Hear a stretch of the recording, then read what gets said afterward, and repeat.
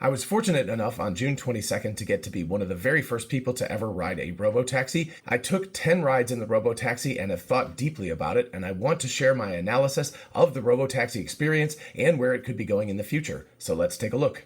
Hey y'all, it's Dr. Know-It-All coming to you from my studio. You'll notice my microphone is not here. I'm recording on my phone right now because my mic seems to be dead, so forgive me if the sound is a little bit weird today. Anyway, I want to go through an analysis of my Robotaxi thoughts, including the ride, safety monitors, pickup and drop off, the application or the app that's on your phone, geofencing, the mothership or where all of the general guidance and analytics and things like that are going on, safety monitors, the expense and the experience of the Robotaxi versus other ride sharing apps, and finally the vision for the future and my overall thoughts. And since I recorded all 10 of my rides, I'll be putting video of that over my discussion so you don't have to look at my face, and especially my hair right now. I really need a haircut. It's quite evident from the videos. I'm like, oh my goodness. And real quickly, if you want to see a couple of the rides that I actually took, I will leave links to those up here at the end of this video and of course in the description so you can see full rides and the experience, including a person I picked up a stranger off the street, offered him a ride. He had never been in a Tesla before, never been in an autonomous vehicle before. His experience was amazing, so definitely check that one out at the very least. Alrighty, without further ado, what was the ride like? What was it like to be in the backseat of a Tesla Model Y? I, as well as pretty much everyone else that I talked to, found the experience very kind of normal. I think that everyone who got access to the Robotaxi, the early invite, which was amazing, and thank you to Tesla for inviting me. It was a little bit of an expensive side quest going on, but that doesn't matter. It's all in the service of getting out this news and about this future. But anyway, the experience was so similar to driving in supervised full self-driving. In other words, when you're behind the steering wheel and still responsible for the ride, but the car is driving itself. It was so similar to that it was actually a little bit difficult to discern the difference. People, including me, had the sense it was a little bit smoother than our standard FSD rides. Now, I will note that the vehicle is in standard mode, not in hurry mode. I always have the car in hurry mode during my full self-driving, drives when I'm in control. And I think that could explain a little bit of the feeling of it being more smooth than I'm used to, because hurry mode, of course, it accelerates and changes lanes and things like that a little more aggressively because I'm in a hurry, I guess. But even people who drive in standard mode said that it felt a little bit smoother than they're used to. Now, of course, the branch that's driving the Robotaxi is something that's unique to the Austin area and that the Tesla AI team fine-tuned for driving around in Austin. So that also could explain a little bit of the smoothness. But it was very, very smooth, very, very comfortable. I never had the experience of, the white knuckle kind of thing where you're grabbing the seat and going, geez, I hope this all works out, that kind of a thing. And it handled a number of unique situations, including when I got dropped off at the Long Center for the Performing Arts, which I actually did 3 times because it was a nice place to get dropped off. And there was a sign that had fallen over on the ground, and the vehicle just drove right around that, no problem at all. It saw it on the ground, went around it, pulled in front of it, and stopped right there. So it was really, really well done in terms of how the car did that. One other really awesome thing about the ride in the Tesla is that I signed up to the Tesla Robotaxi app with my Tesla account, and it transferred like my Netflix account information, my preferences for temperature. In other words, I like centigrade as opposed to Fahrenheit. Transferred YouTube information. All of those login informations and things like that were already in the vehicle when I got into it. So the car was very much, quote, my car, which made the experience feel extremely comfortable. And even though I don't know this for sure, I assume that when you get into a Tesla, even if you've never owned one before, as you would sign into these accounts, it would remember that on your account for future reference. So when you would get into the taxi in the future, it would actually sync that up so that your experience would be extremely seamless across different Robotaxis.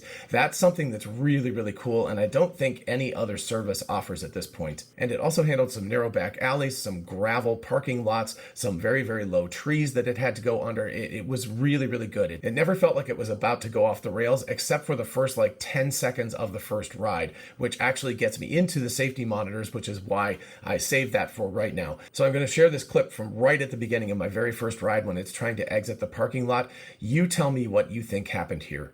Didn't realize I had to actually push the button.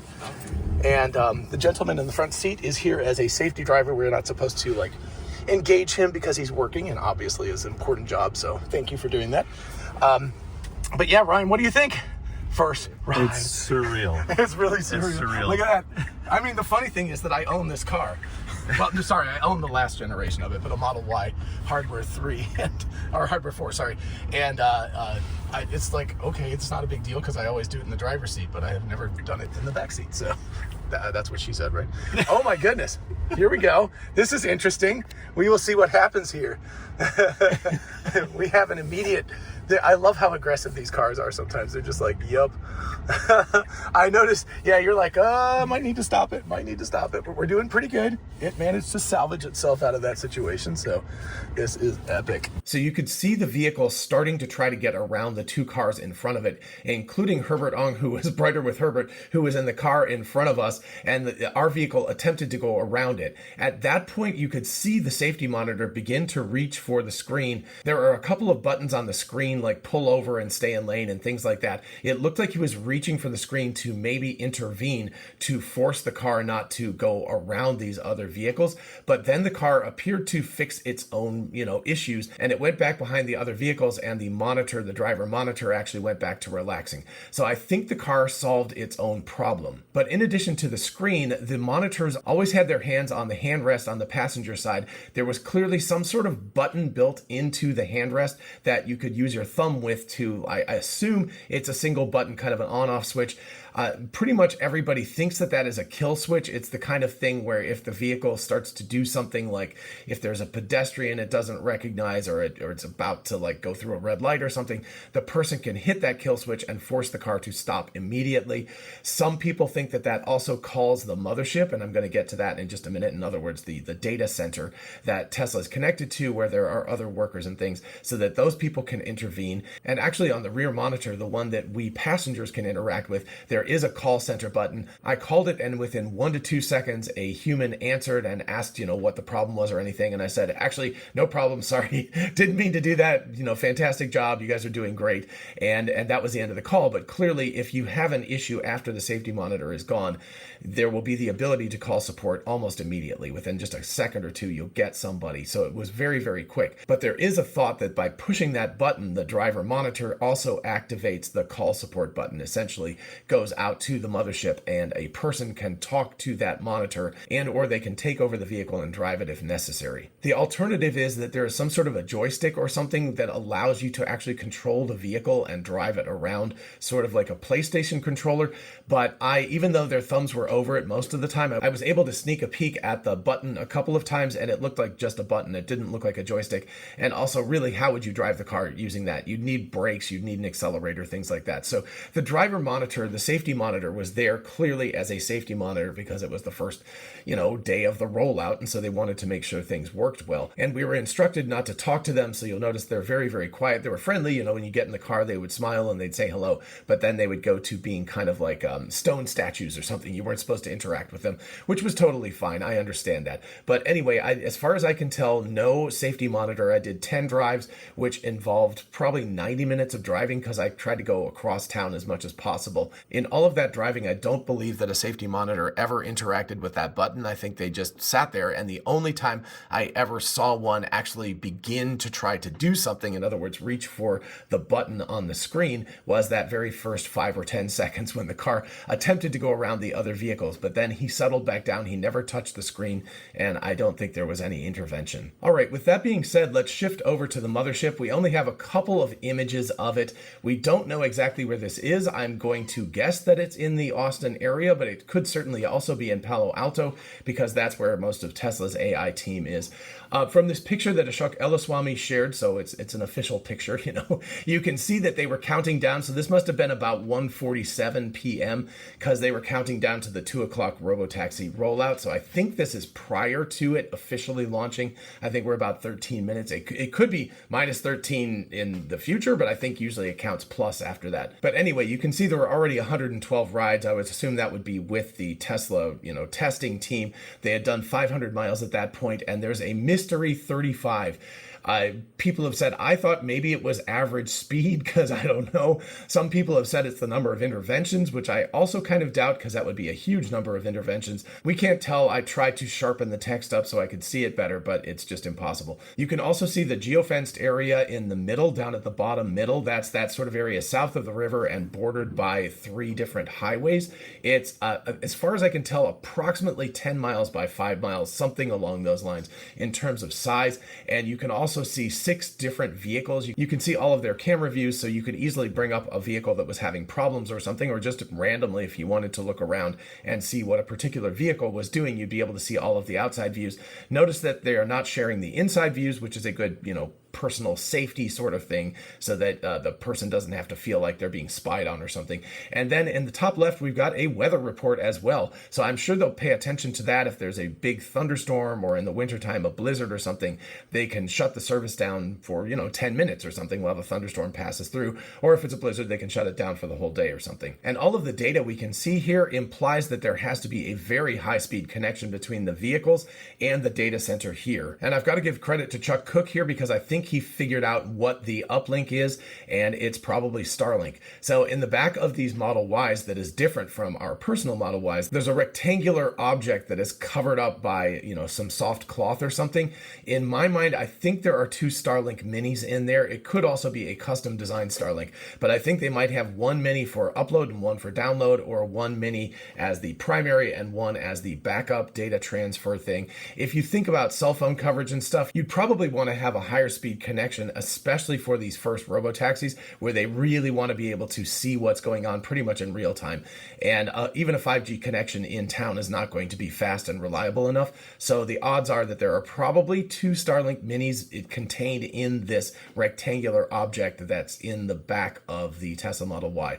So that would be Chuck Cook's guess. It would be my guess as well. I also saw a couple of times on the screen in the front that said external hard drive over 75% full. And of course, while the safety monitors wouldn't tell us, my assumption is that they've plugged a large external hard drive into the USB port inside the glove box, and they're also collecting all of the data in real time, locally as well. So probably for those folks, after they dropped me off, they probably went back to wherever their warehouse is in town that has all of these robotaxis, and they probably swapped out the hard drive, or maybe they had one under the seat or something so they could do it even quicker. But anyway, the information, the data is flowing very, very quickly, and Tesla is collecting all of it. So they've got already, after just a couple of days, a huge data flywheel of all of these robotaxi rides. So this is really fantastic.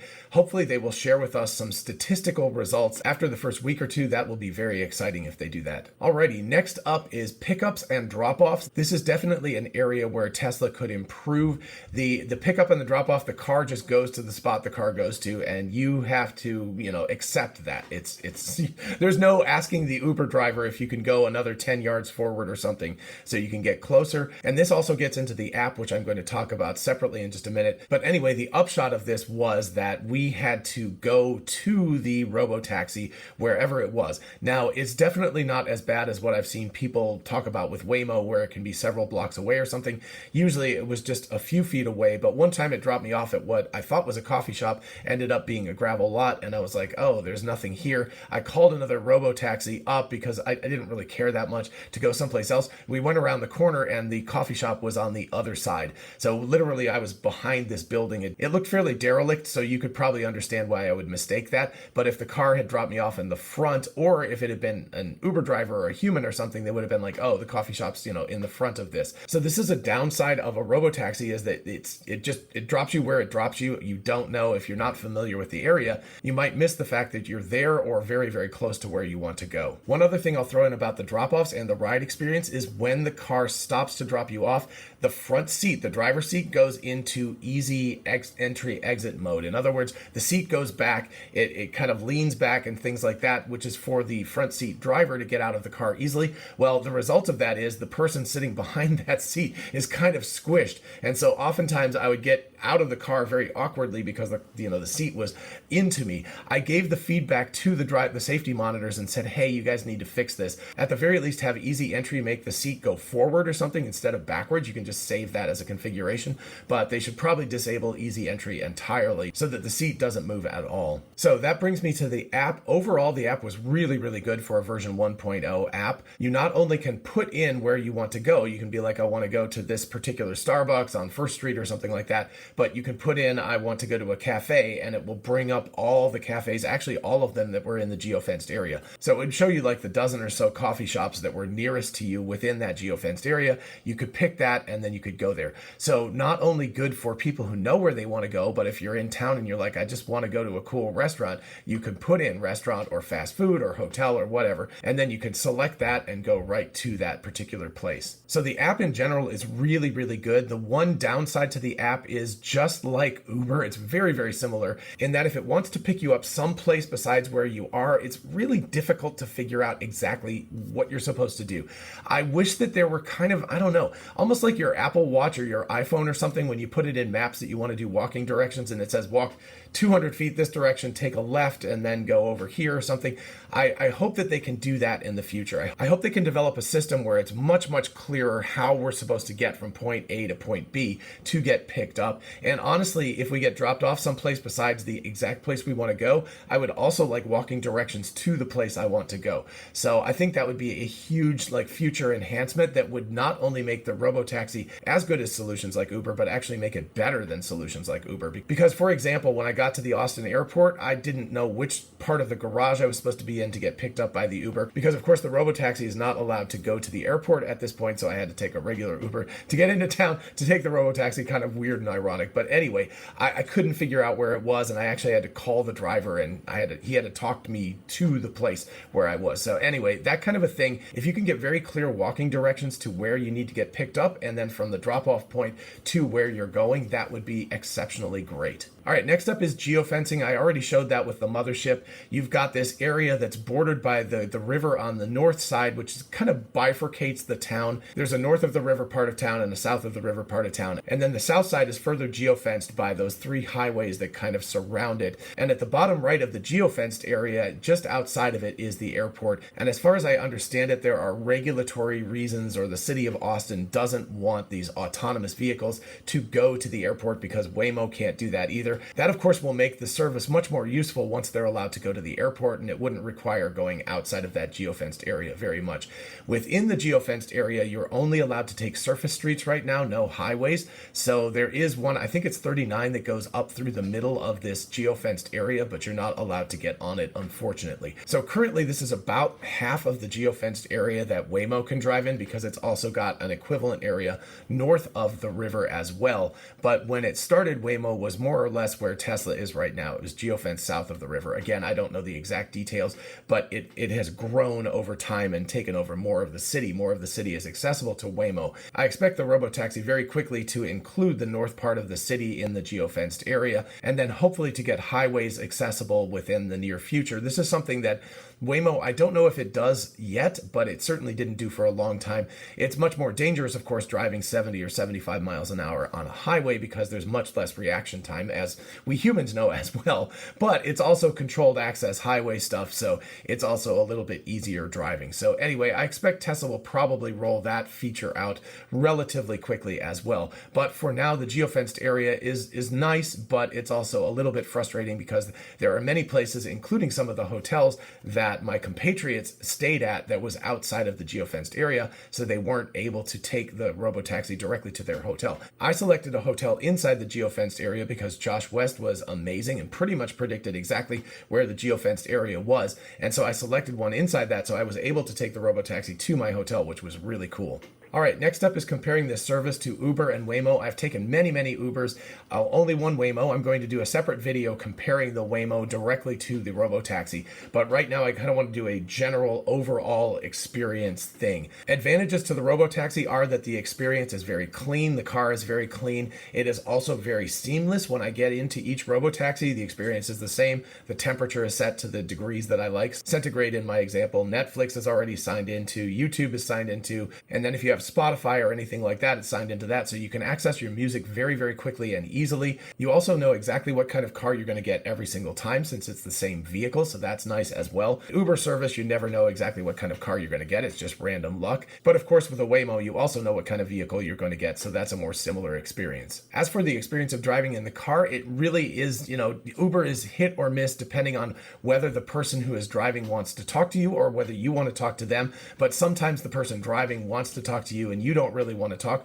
or maybe the opposite. Maybe sometimes you want to talk and they don't want to talk. So you kind of get that weird sort of social interaction kind of thing that happens with Uber that definitely didn't happen in the Robotaxi, because of course, even though there was a safety monitor, they were, sworn to silence. So they were not interacting with you at all. So it was very much your car and you could do whatever you want. And you could tell that they were trained not to react or even really smile or anything like that. They were very much just statues so that you would feel very comfortable in the vehicle. But I have to say, in my one experience with a Waymo, the fact that there was literally nobody in the front seat of the car that I didn't know, no stranger in there, made me feel more comfortable. So I know that when the safety monitor is no longer in the Robotaxi, because of course that will happen over time, when that person is no longer necessary in there, it will be an even more comfortable experience than it was already. So I give the advantage to the Robotaxi already for feeling more comfortable and more consistent. And currently at $4.20, yes, that's what it is, flat rate for whatever trip you want to take.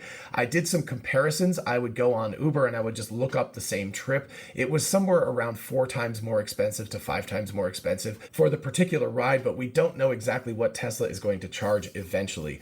I expect they will charge something similar to Uber/Waymo, especially while there are very few of the Tesla Robotaxis on the road at this point, because they don't want to create so much demand that people can't actually get rides. But over time, I expect they will try to drop the price below Uber's regular prices so they can drive customers to Robotaxi and undercut Uber and Waymo's service. Alrighty, to wrap this up, my final thoughts and conclusions, I have to give Tesla, Elon Musk, everybody on the AI team, the FSD team, over the years, even people who are not there anymore like Andre Carpathy, I have to give them a huge amount of credit for doing an incredible job and for being tenacious enough to stick with this. This took a decade basically, and everyone said you can't do it. They especially said you can't do it with vision only, and that you had to have the LiDAR and the radar and all of those other kinds of sensors on the vehicles, and Tesla said, no, we can do this. So I have to give them a huge amount of credit. For an initial release that's just right out of the gate, I thought it was excellent. It was really, really good. I was never uncomfortable. I never had a white knuckle moment. The vehicle, it did drop me off and pick me up in slightly awkward places a couple of times, but honestly, no worse than Uber, and certainly better than people's experience with Waymo of having to walk several blocks sometimes to a preordained place where the car would go. The vehicles were able to get in and out of tight spaces. Even when I was outside of the car, I could see it driving around the parking lot and getting out. And while there are still a few 1.0 issues, like having a safety monitor in the vehicle and having it drop you off and pick you up in places that are not necessarily where you're standing, and not giving perfectly clear directions on exactly where to go, and having the seat come back into you when you get out of the car instead of sitting up forward, those are just a few little glitchy things that I think they will get taken care of within days, if not weeks. But aside from that, the experience was amazing. I really want to thank Tesla for allowing me to be part of this. Thank you guys so much. It was a chance to see the future and how the world is going to change. So thank you again, Tesla, for letting me try this out. I hope my feedback is valuable. If you guys have comments about my rides, if you have taken rides yourself, definitely let me know in the comments. While you're down there, if you don't mind liking the video, it really helps it out so other people can see it. And if you want to see more of this kind of content, please consider subscribing, and I will see you in the next video. Bye-bye.